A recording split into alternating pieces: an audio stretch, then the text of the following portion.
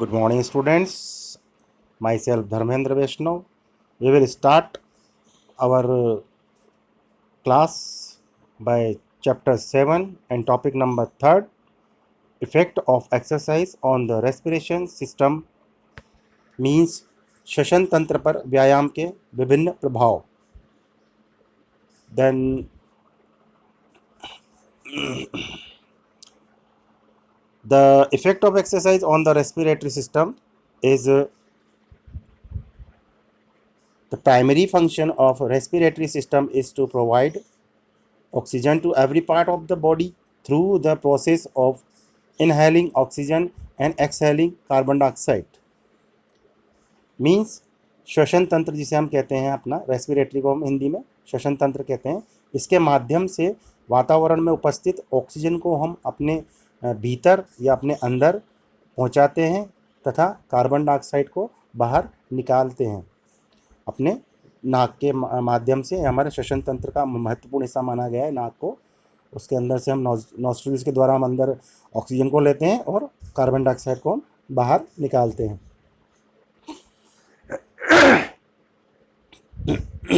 The main organ of this system are nasal cavity, pharynx, larynx, trachea or windpipe, and the lungs. You can see on the figure 7.3. All functions are given there in the picture. So some parts are there. इस तंत्र के कुछ प्रमुख अंग माने गए हैं, जिसे कि हम कहते हैं नसल कैविटीज़, जिसे नासिका के रूप में जाना जाता है. इसके बाद है फेरिंग्स.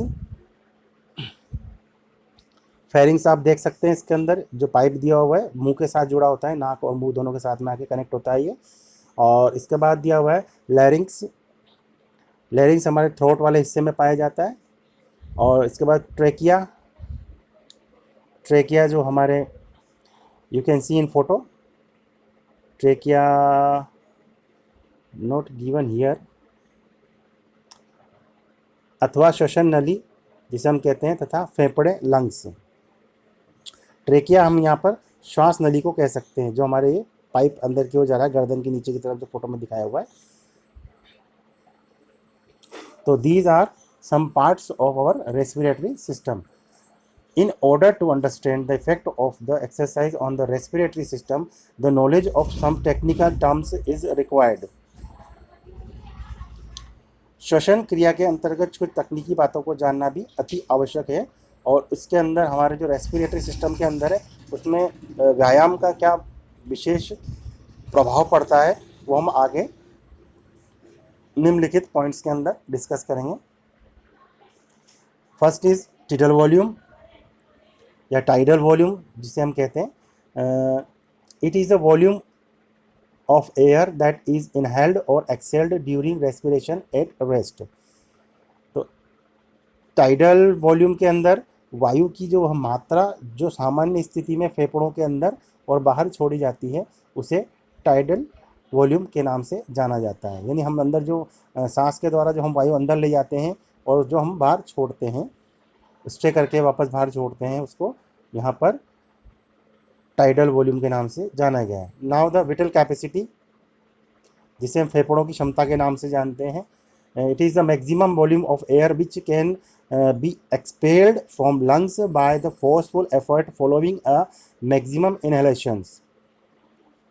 तो यहाँ पर यह बताया गया है कि यह वायु की वह अधिकतम मात्रा है जो पूर्ण रूप से श्वास नली या श्वास अंदर खींचने के पश्चात बाहर निकाली जाए. तो in normal cases it is the 4.8 litre यानी 4800 CC in male and 3.2 litre 3200 CC in females.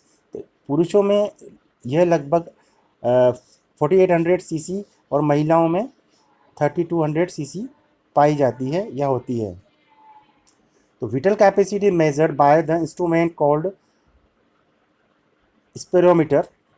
फेफड़ों की क्षमता स्पायरोमीटर नामक यंत्र से मापी जा सकती है. Now we come on the third point, residual volume, जिसे कि हम अवशिष्ट घनफल के नाम से जानते हैं या अवशिष्ट वॉल्यूम के नाम से जानते हैं। It is the volume of air which remain in lungs after maximal exhalations. It is generally 1 to 1.5 litre in normal adult. अभी आप इसकी हिंदी जानने के बाद समझ जाएंगे कि क्या कहना चाह रहा है।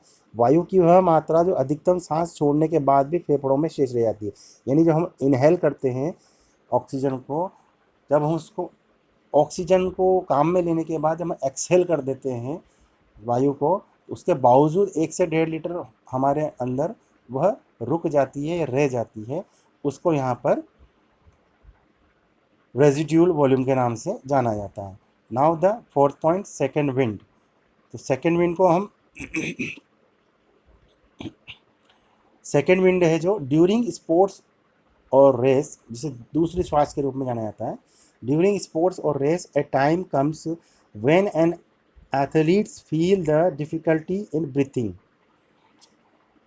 कहने का तात्पर्य है खेल और दौड़ के दौरान एक समय ऐसा भी आता है जब खिलाड़ी को सांस लेने में तकलीफ होने लगती है। If the athlete continue his और हर एफर्ट देन ही और she overcomes this difficult situation and start breathing normally.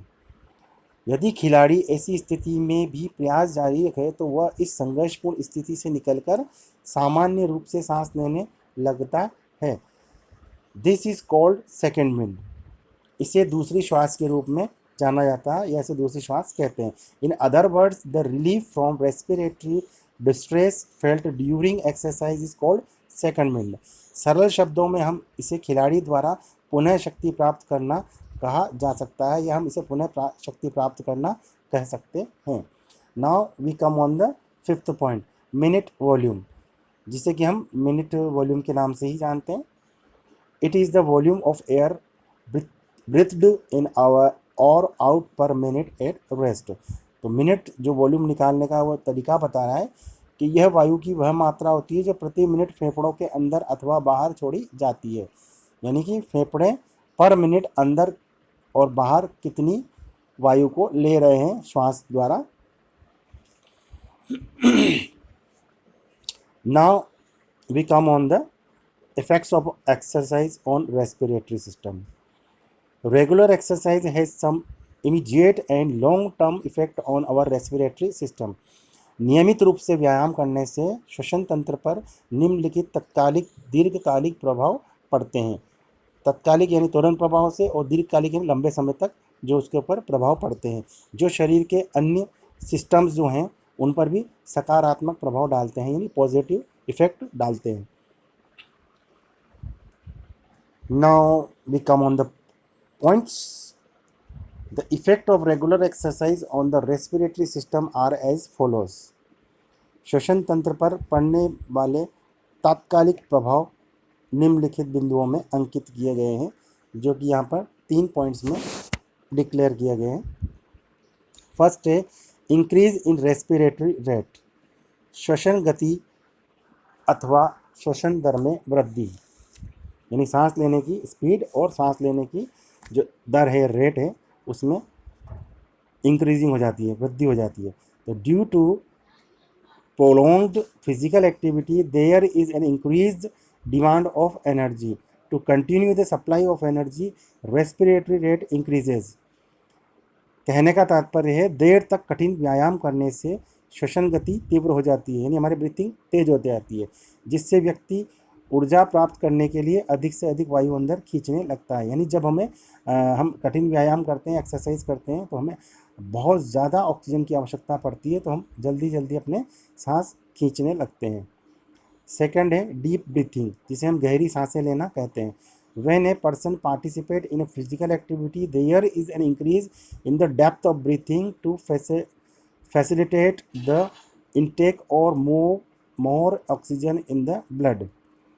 व्यायाम करते समय व्यक्ति लंबी और गहरी सांसें लेने लगता है, जिससे बड़ी मात्रा में ऑक्सीजन का रक्त में प्रवेश हो सके और कार्बन डाइऑक्साइड बाहर निकल सके। कहने का मतलब ये है कि जब भी हम बहुत ज़्यादा हार्ड वर्क करते हैं तो हमें ऑक्सीजन की मात्रा की आवश्यकता बहुत ज़्यादा हो शुरू हो जाती है, लेना मतलब एनर्जी कन्वर्ट करने के लिए हमें बहुत ज़्यादा ऑक्सीजन की आवश्यकता पड़ने लगती है। इसलिए गहरी सांसें शुरू हो जाती है। Now the third and last topic, body temperature increases. शरीर के तापमान में वृद्धि हो जाती है। Due to increase the rate of respiration and deep breathing, more energy is produced in the muscles. Some of energy produced is utilized in muscular movements and surplus energy raise the body temperature। Means इसका तात्पर्य है कि तीव्र और गहरी सांस लेने के कारण शरीर में बहुत अधिक ऊर्जा उत्पन्न होने लगती है और कुछ ऊर्जा का प्रयोग शारीरिक गतिविधियों में होता है जो हम उस टाइम पे फिजिकल एक्टिविटी कर रहे होते हैं, और कुछ ऊर्जा जो एनर्जी के रूप में शरीर से बाहर निकलने का प्रयास करती है, जिसके कारण शरीर का तापमान बढ़ जाता है, यानी हमारा शरीर गर्म हो जाता है। ये दो तरह की एनर्जी काम कर रही है, एक तो यूटिलाइज हो रही है एक्टिविटी में, और जो रिमेनिंग एनर्जी है वो हमारे बॉडी टेम्परेचर के रूप में शरीर से बाहर निकलना शुरू हो जाती है, जिसका रिजल्ट होता है रिजल्टिंग इन स्वेटिंग, जो कि हमारे पसीने के रूप में बाहर हमें दिखाई देने लगती है। Due to the rise in temperature the rate of respiration increase, person start gasping to reduce the body temperature. इस आंतरिक तापमान के कारण व्यक्ति की श्वसन दर पुनः बढ़ जाती है, यानी सांस लेने की जो कैपेसिटी है वो बहुत ज़्यादा बढ़ जाती है। व्यक्ति हाँफने लगता है ताकि शरीर के बढ़ते हुए तापमान को कम किया जा सके। ऐसा अक्सर हम लोगों के साथ भी होता है जब हम प्राय कभी कभी बाई चांस हार्ड वर्क करते हैं, कभी रनिंग के लिए चल गए अचानक, तो हमारे साथ ऐसा होता है कि हम भी हाँफने लग जाते हैं थोड़े टाइम के बाद। Now we come to the main point, long term effect of exercise on the respiratory system. श्वसन तंत्र पर व्यायाम के दीर्घकालिक प्रभाव, यानी लंबे समय तक रहने वाले effect. If a person exercise regularly, the following long term effect are observed on his और हर रेस्पिरेटरी सिस्टम। यदि कोई व्यक्ति नियमित रूप से व्यायाम करता है यानी एक्सरसाइज करता है, तो उसके श्वसन तंत्र पर निम्नलिखित दीर्घकालिक प्रभाव पड़ते हैं, यानी एक लंबे समय तक के लिए, लॉन्ग टर्म के लिए इफेक्ट आते हैं जो हमें अपने शरीर पर दिखाई देते हैं। तो these are given in our next 8 points. We will take the first point, develop of muscles और रेस्पिरेटरी सिस्टम। श्वसन तंत्र से जुड़ी मांसपेशियों का विकास होता है, यानी हमारे मसल्स का डेवलपमेंट होता है। Regular exercise has direct impact on the muscles of respiratory system. The muscles are strength and their capacity increases. कह रहा है नियमित व्यायाम का सीधा असर श्वसन तंत्र से जुड़ी मांसपेशियों पर पड़ता है। तो मांसपेशियां क्या होती हैं, सुदृढ़ और पुष्ट होती हैं, यानी कि मजबूत और कठोर हो जाती हैं। मांसपेशियां यहाँ पर हम मसल्स को कह रहे हैं। If you don't know about it, we will call the muscles in Hindi मांसपेशियां।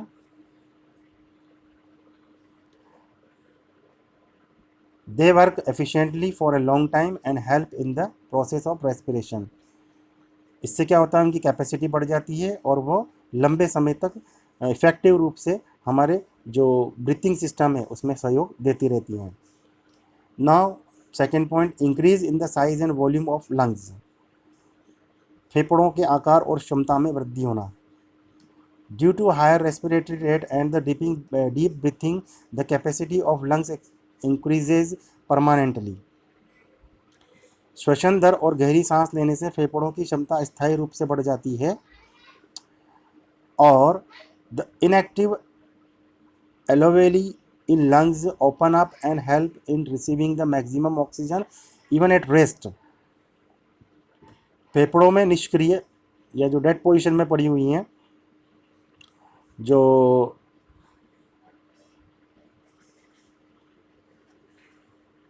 वायु कूपिकाओं के नाम से मानी जाती हैं, वो खुल जाती हैं, जिससे विश्राम के समय में भी शरीर को अधिकतम ऑक्सीजन प्राप्त होती रहती है, जिसे हम एलोवेली कहते हैं। लंग्स के अंदर जो निष्क्रिय होती हैं वो भी एक्टिव हो जाती हैं और वो रेस्ट मोड पर भी हमें ऑक्सीजन प्रोवाइड करती रहती हैं। Strong and healthy lungs indicate good health. In this condition a person does not suffer from the respiratory diseases. मजबूत और स्वस्थ फेफड़े अच्छे स्वास्थ्य के द्योतक होते हैं। ऐसे में व्यक्ति सांस से संबंधित बीमारियों से पीड़ित नहीं होता है। द्योतक का मतलब होता है कि हमें स्वस्थ शरीर की पहचान होते हैं। Now we come on the third point. The third point is increases respiratory volume, जिसे हम कहते हैं श्वसन की दर बढ़ जाती है या घन बढ़ जाता है, या ऐसा अपन वॉल्यूम कह सकते हैं, वॉल्यूम बढ़ जाता है। Exercise increases the respiratory volume due to this more and more diffusions of oxygen in blood takes place. व्यायाम करने से श्वसन घनफल या वॉल्यूम बढ़ जाता है, जिससे रक्त प्रवाह यानी जो हमारा ब्लड फ्लो होता है में अधिक से अधिक ऑक्सीजन का डिफ्यूजन संभव होता है, यानी उसके अंदर उसका प्रसार संभव होता है। If a person exercise regularly, there is a long-term effect on his or her respiratory system, and the respiratory volume increases permanently, and the diffusion of oxygen in blood takes place easily. तात्पर्य है, यदि नियमित रूप से व्यायाम किया जाता रहे तो उसका श्वसन तंत्र पर दीर्घकालीन प्रभाव पड़ता है, यानी एक लॉन्ग टाइम इफेक्ट पड़ता है, और व्यक्ति का जो श्वसन घनफल है, यानी जिसे हम कहते हैं रेस्पिरेटरी वॉल्यूम, वो स्थायी रूप से बढ़ जाता है, अर्थात रक्त में यानी ब्लड में ऑक्सीजन का विसरण सफलतापूर्वक होता है या होता रहता है। Now we come on the fourth point, increase in the density of capillaries, केशिकाओं के व्यास में वृद्धि। व्यास आप समझते ही होंगे, डेंसिटी भी कहते हैं इसको, या फिर हमारे क्या बोलते हैं उसको, circumferences. The number and the density of capillaries around the alveoli increases, that is the inactive capillaries open and the diameter of active capillaries increases। वायु कूपिकाओं के नाम से जानते हैं alveolis को हम, के चारों ओर की कैपिलरीज की संख्या व्यास में वृद्धि हो जाती है, अर्थात जो निष्क्रिय हैं या इनएक्टिव मोड पे जो केशिकाएं थी वो खुल जाती हैं। केशिकाएं बोले तो कैपिलरीज, और सक्रिय केशिकाएं यानी कि जो एक्टिव जो कैपिलरीज हैं उनका व्यास बढ़ जाता है या उनकी डेंसिटी बढ़ जाती है, जिससे गैसों O2 व CO2 के आदान प्रदान की क्षमता भी बढ़ जाती है, यानी कि this increase the capacity of exchange of O2 and CO2 gases. जो O2 और CO2 है उसको एक्सचेंज करने की कैपेसिटी है वो इंक्रीज हो जाती है। Now we come on the fifth point, delay in second wind, दूसरे श्वास में विलंब। People who exercise regularly don't face the problem of second wind, नियमित व्यायाम करने वाले व्यक्ति को कभी भी सेकेंड विंड की समस्या से नहीं जूझना पड़ता। This is because the process of respiration is regularized and the maintained due to practice.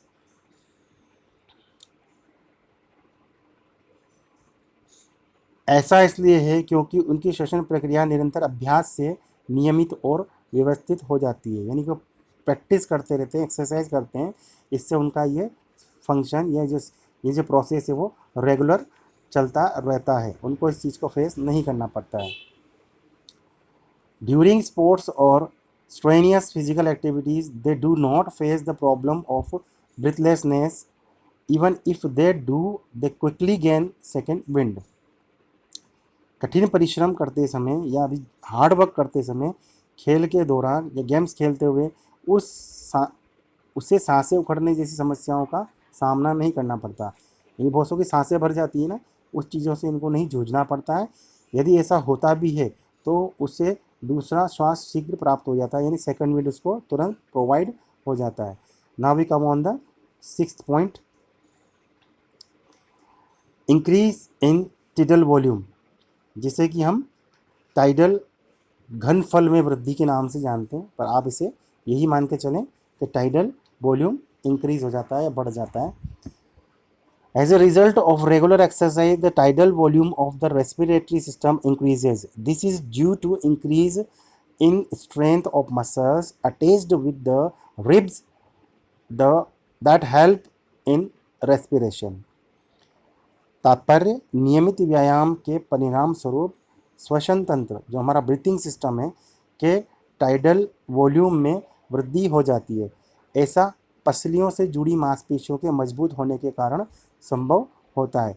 पसलियाँ बोले तो हमारा जो रिब कैज होता है, रिब के पास जो मसल्स होते हैं, उससे यहाँ पर पसलियों की बात आ रही है, वो काफ़ी स्ट्रॉन्ग हो जाता है, जो हमारे मेन जो श्वसन की प्रक्रिया है, जिसको रेस्पिरेटरी जो प्रोसेस है, उसमें बहुत सहायता प्रदान करता है। Now we come on the seventh point. The seventh point is increase in minute volume. कहने का मतलब मिनट वॉल्यूम में वृद्धि हो जाना। In this process, minute volume is the amount of air that is breathed in and out of the lungs per minute. Minute घनफल या minute volume वायु की वह मात्रा है जो प्रति मिनट फेफड़ों के अंदर व बाहर छोड़ी जाती है। It is measured in liter and is calculated by the multiplying tidal volume and the rate of respiration. Minute volume is equal to tidal volume into rate of respiration. तो मिनट घनफल को लीटर में मापा जाता है, जिसे हम minute volume जानते हैं। मिनट वॉल्यूम को लीटर में मापा जाता है, उसे टाइडल वॉल्यूम ओवर श्वसन दर यानी जो हमारी ब्रीथिंग रेट है वो को गुणा करके निकाला जाता है। जो फॉर्मूला जैसा कि भी मैंने बताया आपको, minute volume is equal to tidal volume into या multiply rate of respiration. During the vigorous exercise, tidal volume and the rate of respiration increase and this directly affect the minute volume. कठिन व्यायाम करते समय tidal volume और जो श्वसन दर है, जिसे कि हम रेट ऑफ रेस्पिरेशन के नाम पे जानते हैं, वो बढ़ जाती है, जिसका प्रत्यक्ष असर मिनट वॉल्यूम पर पड़ता है। अर्थात मिनट वॉल्यूम में भी वृद्धि हो जाती है। द मिनट वॉल्यूम इंक्रीजेज, जैसा बताया भी मैंने कि मिनट वॉल्यूम बढ़ जाता है। और sports person who show better performance में have up to 200 litre minute volume, where is the minute volume of an ordinary man quotes up to 6L to 8L। बेहतर प्रदर्शन करने वाले खिलाड़ियों में मिनट घनफल 200 मीटर तक ही पाया जाता है, जो सामान्य व्यक्ति में केवल 6 लीटर से 10 लीटर तक ही होता है। Now the topic number 4, today's last point of the class, जिसे हम quick recovery of normal breath के नाम से जानते हैं। तो क्विक रिकवरी, जिसे कि हम कहते हैं सामान्य श्वसन दर की शीघ्र प्राप्ति। People who do not exercise regularly feel breathlessness even after a little amount of physical work. जो लोग नियमित व्यायाम नहीं करते, थोड़ा सा शारीरिक श्रम करने पर भी उनकी सांसें फूलने लगती हैं। It takes long to come back to the normal. बहुत देर तक सामान्य नहीं होती है। उनकी सांसें जो फूल जाती हैं वो बहुत देर तक सामान्य नहीं हो पाती हैं।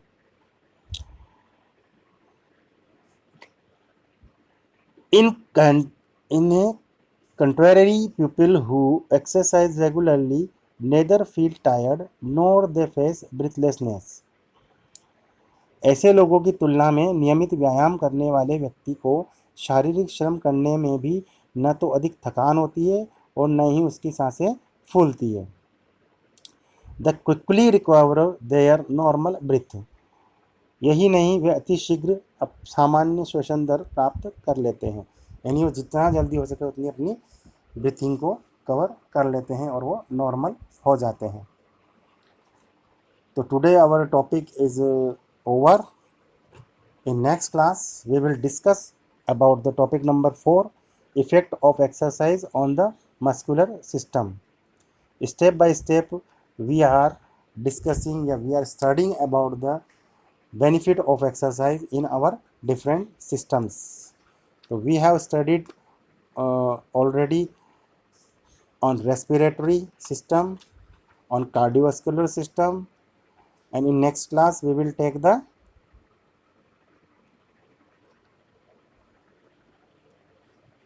Which system we will take in our next class? Muscular system. And then after that class we will discussing about the sports injury classification, because one topic, physiological changes due to aging, have deleted by CBSE board for this session only.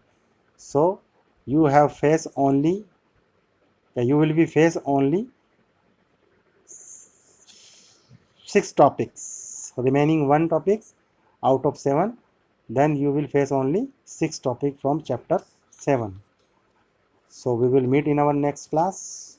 Okay, student, you all watch my video and understand the line to line meaning to chapter, your topic,